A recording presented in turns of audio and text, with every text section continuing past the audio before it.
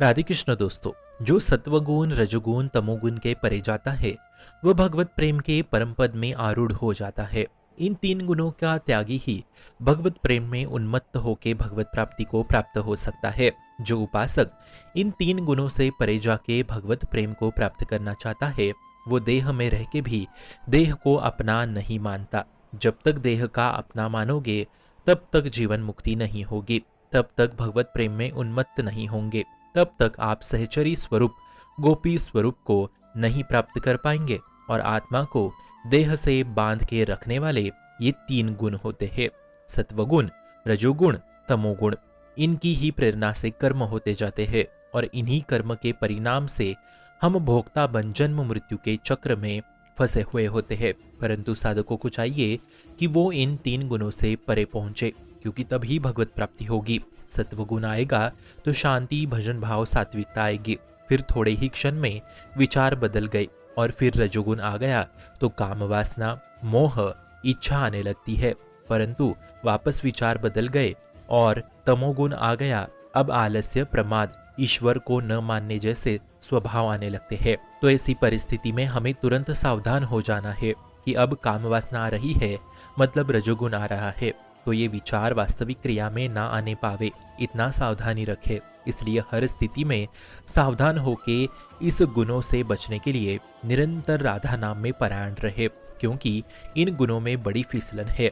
अभी भजन करने का मन होता है तो थोड़ी देर बाद वासना आती है, फिर वापस कुछ क्षण में नींद आने लगती है। ये गुण हमें ऐसे घुमाते रहते हैं। इसलिए जी नामन मंगल लोक तिहु सुहरि पद भजन विलंब, नाम जप ना छोड़ो, नाम जप ना छोड़ो। तो ये गुण आपको हरा नहीं सकते। सच्ची मानो और देखो, हर एक एक मिनट में गुण बदलते रहते हैं।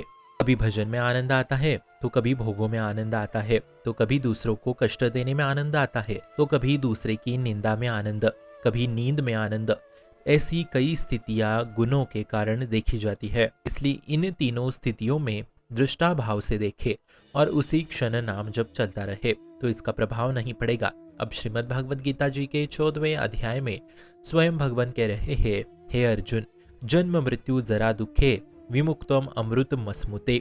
अर्थात जो इन तीनों गुणों से परे पहुंचता है वो उस अमृत पद में स्थित हो जाता है, जहां ना जन्म का कष्ट है, ना मृत्यु का कष्ट है, ना रोग का कष्ट है, ना किसी भी अपमान निंदा आदि का कष्ट है। आइए उदाहरण से इसे समझते हैं। जैसे आपका कोई बहुत नजदीकी परिजन बहुत पीड़ा में है बीमारी के, तो आप उनकी पीड़ा देख चिंतित होते हैं, परंतु वास्तविक रूप में उनकी पीड़ा को आप नहीं जान पाते।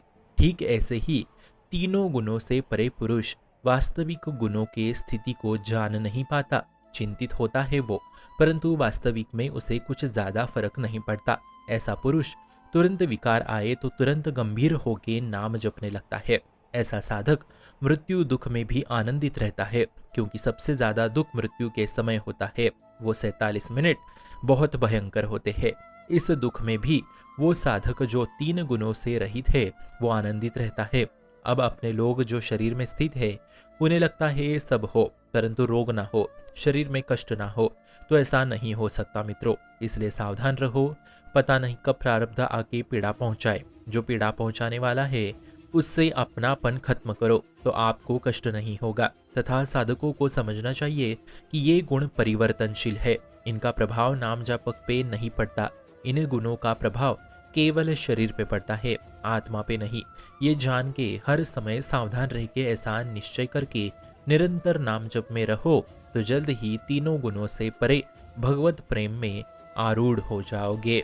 शुभम भवतु कल्याणमोस्तु।